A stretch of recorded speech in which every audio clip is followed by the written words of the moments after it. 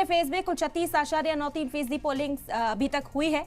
पुंछ में 49.94% वोट डाले गए हैं। रियासी में सबसे ज्यादा 51.55% पोलिंग हुई है। राजौरी में 46.93%, बड़गाम में 39.43% पोलिंग। सबसे कम श्रीनगर में पोलिंग फीसद इस वक्त सामने आ रहा है।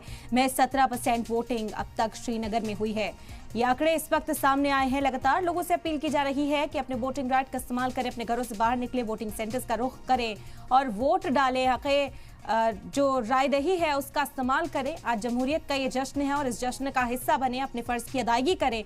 इस मुहिम को काफी अरसे से जम्मू कश्मीर में चलाया जा रहा था और उम्मीद की जा रही है कि अब जनसैलाब जो है पोलिंग सेंटर्स पर दिखेगा। लोग जो है बड़ी तादाद में पोलिंग स्टेशन पर पहुंचेंगे और अपने वोटिंग राइट का इस्तेमाल करेंगे। फिलहाल 1 बजे तक का जो कुल आंकड़ा सामने आया है वो आपको बता दें कि पुंछ में 49.94% पोलिंग हुई है। वहीं रियासी में 51.55% वोट डाले गए हैं।